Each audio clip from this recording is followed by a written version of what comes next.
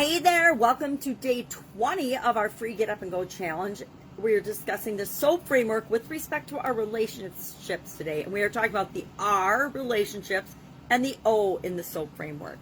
And that means we have picked a relationship. Yesterday we picked a relationship. We talked it through with our imaginary friend, our past, present, and our desired future, what our current situation is, what we want our situation to be, with one particular relationship in our life. Now, I picked my mom, and she doesn't know it, but I have not used my mom as a relationship. She's my only remaining living parent, and my grandparents have all passed away, and my dad passed away about 6-7 years ago now.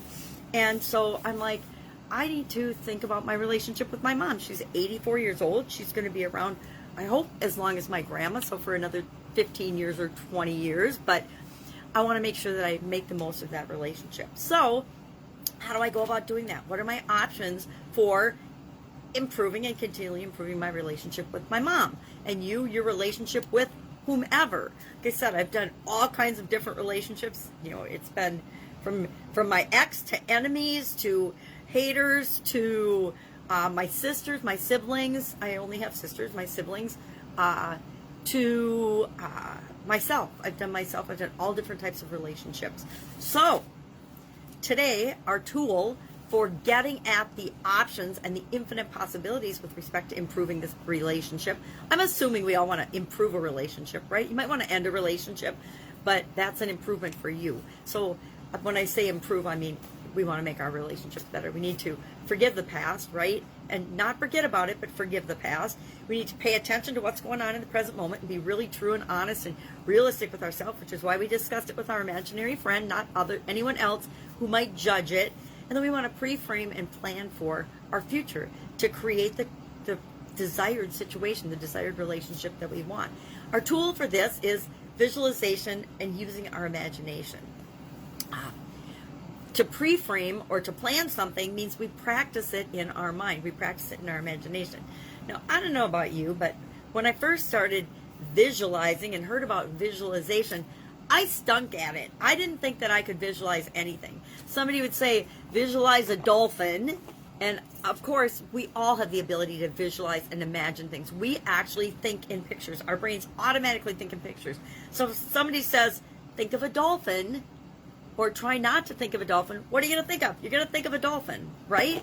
Somebody says, think of a cow, or don't think of a cow, you're going to think of a cow, some kind of a cow timer, a real cow, a cow running through a field, whatever is your image of a cow.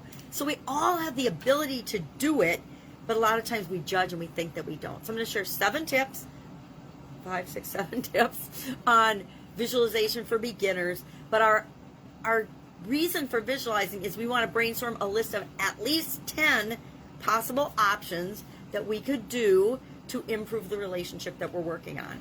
I'm going to do 10. I'll probably do 20, but I say at least 10 to come up with ideas of how to change, enhance, make better for you and the other person, hopefully, unless you're eliminating a relationship like I was with my ex. We want to have options. We want to make sure that we're identifying those options. And then our action item is going to be to share 3 of those options. If you're noticing there's a pattern here, get a list, a big list of options. Share 3, and then we're going to analyze the 3 tomorrow as part of our action with respect to relationships. So what are these tips for beginners when it comes to visualization? Number 1, try not to overthink it.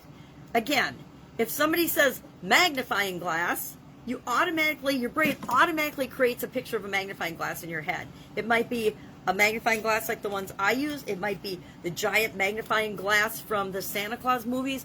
It might be the magnifying glasses that you see at the optometrist if you've ever been to the eye doctor, etc. But we all have the ability to do it, so don't overthink it. Don't try too hard. Number 2, use all of your senses. Whenever we visualize, just like we learned earlier in the challenge in Power Vision movie, we want to use our sight, our sound, our smell, our taste, our feeling, our intuition. We want to use all of our senses in our visualizations. We want to, and that means we're bringing in our imagination in all these areas, right? We want to, number 3, make sure that we are relaxed. cutting ourselves some slack, not in a stressful situation where we're trying to visualize. That doesn't work. We have to have a quiet place, a quiet time where we can do our visualizations. And that leads us to our next one, which is number 4, have a regular visualization practice. If you want to get good at something, you work on it a teeny little bit every single day.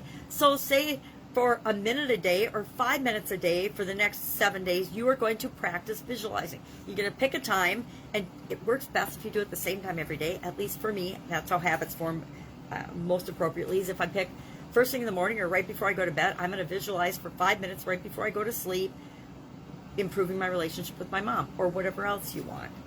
Number 5, connect with all your emotions as you're visualizing. Remember, our emotions are as important to connect with as our different senses are when we're visualizing and imagining something. Visualize with a sense of knowing. Know that you have got the ability to visualize, and that you will get better and better and better and better at it. And your visions will, and your visualizations and imagery will become much more clear as you practice it. Just like anything else, the more we practice something, the better we get at it. The better we get at it, before we know it, we're mastering it. And finally, number 7, get distracted. Let yourself be distracted. Don't judge your visualization. Don't try too hard at it, and definitely don't criticize yourself and be like me and say, "Oh, I can't visualize. I don't have an imagination." We all do. We're born with it. It just gets beat out of us in the school system and throughout our education and our jobs and in the different relationships we have. Interesting that our relationships, influence our ability to visualize and imagine. But we all have that ability. So tap into that.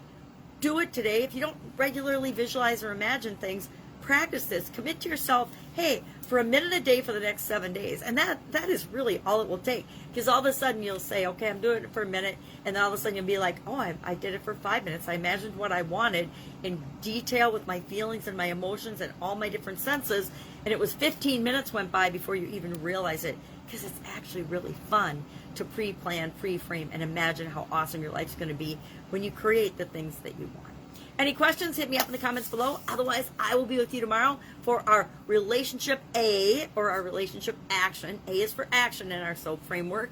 What are we going to do? We're going to analyze our options from today, right? That's why we want at least 10.